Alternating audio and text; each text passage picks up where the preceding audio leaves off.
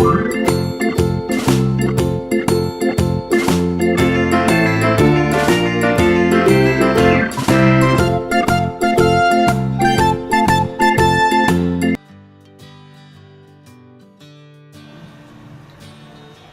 friends, welcome to Aakash kitchen. நம்ம இன்னைக்கு வந்து ஆகாஷ் கிச்சன்ல தக்காளி சட்னி செய்ய போறோம். வாங்க எப்படி செய்யணும்னு பார்க்கலாம்.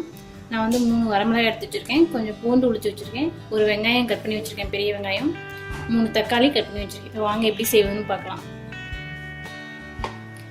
இப்போ அடுப்புல ஒரு pan வச்சு ஹீட் பண்ணிக்கங்க. இப்போ ஹீட் ஆயிடுச்சு, கொஞ்சம் ஆயில் ஊத்திக்கலாம்.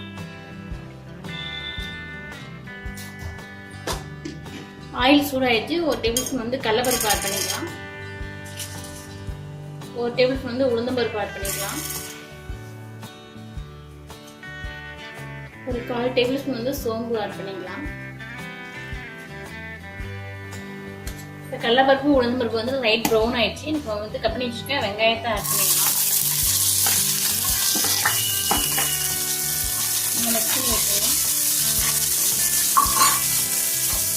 கூடயே வரமிளகாயும் ஆட் பண்ணிடுவோம்.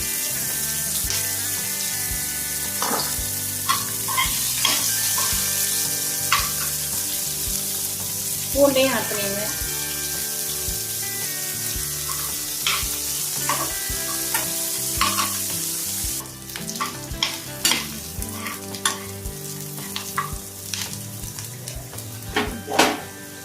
வெங்காயம் வதங்கிச்சு, நம்ம வந்து கட் பண்ணி வச்சிருக்க தக்காளி ஆட் பண்ணிடலாம்.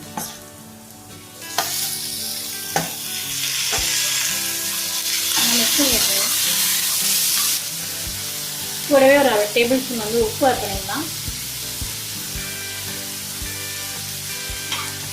நல்லா மிக்ஸ் பண்ணிட்டு நல்லா வதக்கிடலாம்.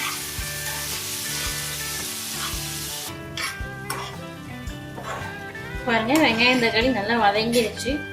நம்ம இந்த ஸ்டேஜில் வந்து அடுப்பு ஆஃப் பண்ணிடலாம். இந்த மாதிரி நல்லா வதக்கிட்டு பாருங்க, இந்த மாதிரி நல்லா வதக்கிட்டு அடுப்பு ஆஃப் பண்ணிடலாம். நம்ம வந்து இதை 5 நிமிஷம் ஆற வச்சுட்டு நம்ம வந்து மிக்ஸி ஜாரில் போட்டு சட்னி அரைச்சிக்கலாம். ஒரு 5 மினிட்ஸ் ஆற வைக்கலாம். இப்போ பாருங்க, நம்ம அரைச்சி வச்ச சட்னி ரெடி ஆயிடுச்சு. தக்காளி சட்னி இந்த பதத்துக்கு அரைச்சிக்கோங்க. இதை வந்து சட்னியே தாளிச்சிடலாம். அடுப்பில் கடாயை வச்சுக்கோங்க. ஒரு 2 ஸ்பூன் வந்து எண்ணெய் விட்டுடலாம் சட்னி தாளிக்கிறதுக்கு.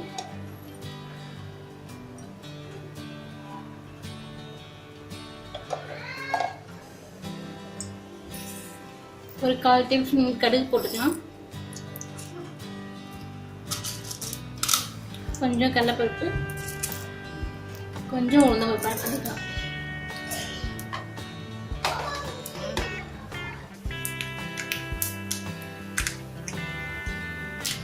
கடுகு பொரிஞ்சிச்சு, நம்ம வந்து கருவேப்பிலையை ஆட் பண்ணிக்கலாம்.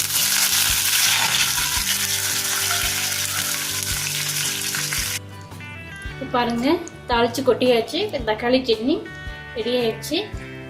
நீங்களும் இந்த மாதிரி உங்க வீட்டில் செஞ்சு பாருங்க. இந்த வீடியோ உங்களுக்கு பிடிச்சிருந்தா லைக் பண்ணுங்க, ஷேர் பண்ணுங்க, கமெண்ட் பண்ணுங்க. மறக்காம ஆகாஷ் கிச்சனுக்கு சப்ஸ்கிரைப் பண்ணுங்க. Thank you friends.